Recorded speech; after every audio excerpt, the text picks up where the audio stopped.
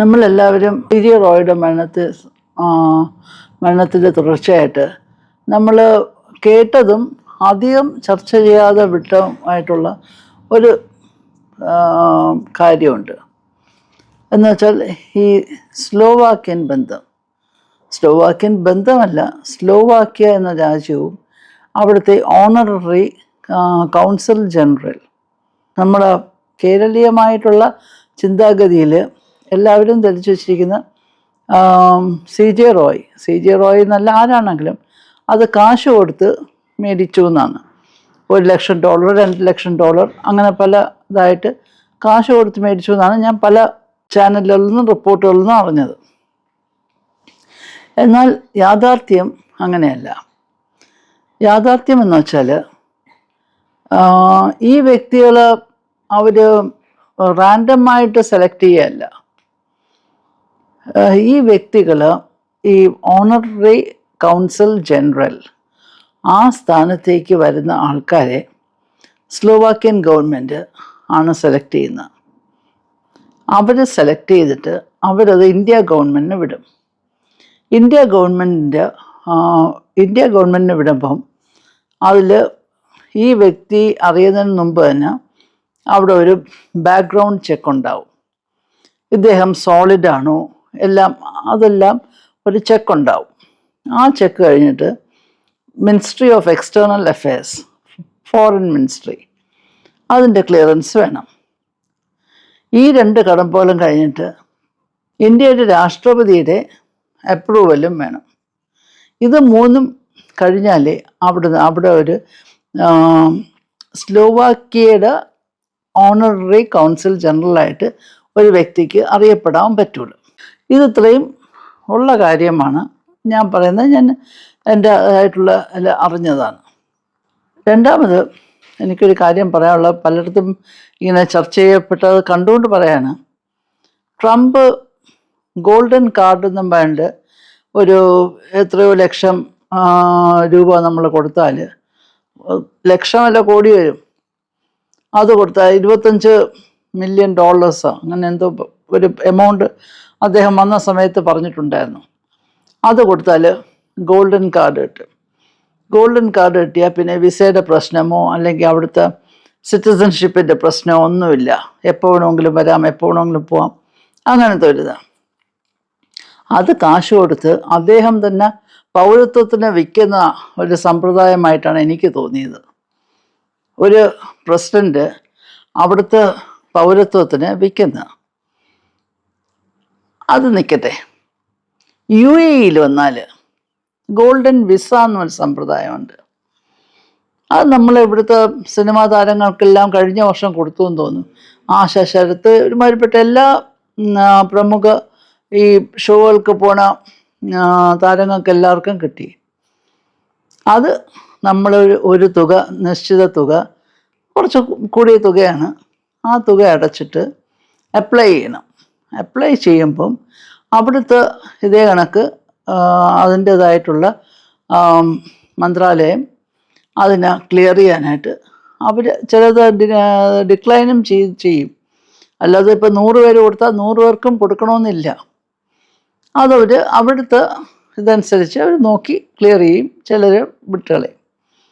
അപ്പോൾ അതാണ് നമുക്കറിയാവുന്ന ഈ വിസ പ്രോസസ്സ് എന്ന് പറഞ്ഞാൽ. അപ്പോൾ എല്ലാവരും ധരിച്ചു വച്ചിരിക്കുന്നത് ഈ അമേരിക്കയിലെയും UAEയിലെയും ഇത് അവിടുത്തെ രീതി വെച്ച് നോക്കുമ്പം എല്ലാവരും ധരിച്ചു വച്ചിരിക്കുന്ന ഈ സ്ലോവാക്യ എന്ന് പറയുന്ന രാജ്യത്തിലും ഇത് കണക്ക് മേടിക്കാമെന്നാണ്. അത് മേടിക്കാൻ ഒക്കില്ല. അത് നമ്മളിപ്പോൾ ഒരു ശതകോടീശ്വരനാണെങ്കിലും അത് മേടിക്കാൻ ഒക്കില്ല. അത് സ്ലോവാക്യൻ ഗവൺമെൻറ്റിൻ്റെ ഡിസ്ക്രിപ്ഷനിൽ വരുന്നതാണ്. അതാണ് മറ്റേ കോൺഫിഡൻറ്റ് ഗ്രൂപ്പിൻ്റെ MD TA ജോസഫും പറഞ്ഞത്. അദ്ദേഹം പറഞ്ഞതിൻ്റെ ഒരു തുടർച്ചയായിട്ടാണ് ഞാൻ പറയുന്നത്. ഇന്ത്യയിൽ സ്ലോവാക്യയുടെ 3 കൗൺസിൽ ജനറൽസാണ് നിലവിലുള്ളത്. ദക്ഷിണേന്ത്യയിൽ നിന്ന് ഡോക്ടർ CJ റോയ്, അദ്ദേഹത്തിൻ്റെ കീഴിൽ വരുന്നത് കർണാടക, കേരള. പിന്നെ നമ്മൾ കുറച്ചുകൂടെ മുകളിലോട്ട് പോകുമ്പം ബോംബെ, മുംബൈയിൽ അമിത് ചോക്സി, അദ്ദേഹം മാഗ്ന മാസ്റ്റ പെയിൻസിൻ്റെയും ആപ്കോലൈറ്റ് ഏഷ്യൻ പെയിൻസിൻ്റെയൊക്കെ തലപ്പത്തുള്ള ഒരു വ്യക്തിയാണ്. അദ്ദേഹവും ഒരു ഉറപ്പുള്ള ഒരു ബിസിനസ്മാനാണ്. പിന്നെ നമ്മൾ വെസ്റ്റ് ബംഗാളിലോട്ട് പോകുമ്പം കൊൽക്കത്തയിൽ അവിടെ വിവേക് ലോഹിയ, ജൂപ്പിറ്റർ വാഗൺസിൻ്റെ ഉടമ. അദ്ദേഹവും ജൂപ്പിറ്റർ വാഗൺസ് എന്ന് പറഞ്ഞാൽ ട്രെയിനിൻ്റെ റെയിൽവേ വാഗൺസിൻ്റെ ഇത് ബോഡി ചെയ്യുന്ന അവരുടെ ആ ജോലിയാണ്. എല്ലാവർക്കും അറിയാമെന്ന് തോന്നുന്നു, കൊൽക്കത്തയിലാണ് നമ്മളുടെ ചിത്തരഞ്ജൻ കോച്ച് ഫാക്ടറി, നമ്മൾ സ്കൂളിൽ പഠിക്കുന്നതാണ്. അപ്പം അത് ആണ് അദ്ദേഹത്തിൻ്റെ പണി. അദ്ദേഹത്തിൻ്റെ കീഴിൽ വരുന്ന സംസ്ഥാനങ്ങൾ എന്ന് പറഞ്ഞാൽ വെസ്റ്റ് ബംഗാൾ, ആസാം, ഉത്തർപ്രദേശ്, തെലങ്കാന, അങ്ങനെ കുറച്ച് കൂടുതൽ, ഒറീസ, അങ്ങനെ കുറച്ച് കൂടുതൽ സംസ്ഥാനങ്ങൾ ഈ വെസ്റ്റ് ബംഗാളിലുള്ള കൗൺസിലർ ജനറലിൻ്റെ കീഴിൽ വരും. അതേസമയം മുംബൈയിലുള്ള ആളുടെ കീഴിൽ വരുന്നത് മഹാരാഷ്ട്ര, മധ്യപ്രദേശ്, ഗുജറാത്ത്, ഈ 3 സംസ്ഥാനങ്ങൾ മാത്രം. ഈ കൗൺസിൽമാർക്ക് നമ്മളുടെ IFS, നമ്മൾ ഫോർമൽ എംബസി, വിദേശകാര്യ മന്ത്രാലയം, അതിൻ്റെ എംബസികളിൽ വർക്ക് ചെയ്യുന്ന ജീവനക്കാരുടെ ഒരു ഇമ്മ്യൂണിറ്റിയും ഇവർക്ക് ഇല്ല. ഇവർക്ക് ഇല്ലെന്നല്ല, ഇവർ വർക്ക് ചെയ്യുന്നത് സ്ലോവാക്യൻ ഗവൺമെൻറ്റിനെ ഇവിടെ റെപ്രസെൻ്റ് ചെയ്താണ്. അങ്ങനെ വരുമ്പോൾ ഇവർക്ക് ഒരു നയ പൈസ ശമ്പളമില്ല. അവർ വരുന്നതും പോണതും, അവർ സ്ലോവാക്യയിലോട്ട് വരുന്നതും പോണതും എല്ലാം അവരുടെ സ്വന്തം ചിലവിലാണ്. താമസവും സ്വന്തം ചിലവിലാണ്. അവർക്കോ അവരുടെ അംഗങ്ങൾക്കോ അല്ലെങ്കിൽ അവരുടെ സെക്യൂരിറ്റി ഉണ്ടെങ്കിൽ അവർക്കോ അംഗരക്ഷകർക്കോ ഒരു ഇമ്മ്യൂണിറ്റി ഇല്ല. എന്നുവെച്ചാൽ അവിടെ എന്തെങ്കിലും ഒരു കുറ്റകൃത്യം ചെയ്താൽ അവിടുത്തെ നിയമപ്രകാരമുള്ള ശിക്ഷ അനുഭവിക്കേണ്ടി വരും. നമ്മളുടെ എംബസിയിലുള്ളവരെ കണക്കല്ല. 2, അവർക്ക് എന്താണ് അവർക്കുള്ള, അവരാരൊക്കെയാണ് അവർ സാധാരണ സെലക്ട് ചെയ്യുന്നത്? ഇത് ഇൻഫ്ലുവൻസ് ഉള്ള ആൾക്കാർ. ഇൻഫ്ലുവൻസ് ഉള്ള ആൾക്കാരെന്ന് പറഞ്ഞാൽ ആദ്യത്തെ തട്ടിൽ വരുന്ന ബിസിനസ്സുകാരാണ്. അവർക്ക് പണമുണ്ട്, ഇൻഫ്ലുവൻസ് ഉണ്ട്, സ്വാധീനം ഉണ്ട്. പിന്നെ ഗവൺമെൻറ് ലെവലിലും അല്ലാതെ ജനങ്ങളുടെ ഇടയിലും സ്വാധീനമുണ്ട്. പിന്നെ വരുന്നത് ഒരു വകഭേദം എന്ന് പറഞ്ഞാൽ സാമൂഹ്യ പ്രവർത്തകർക്ക് ഒരുപാട് സ്വാധീനവും അത് എല്ലാം ഉണ്ട്.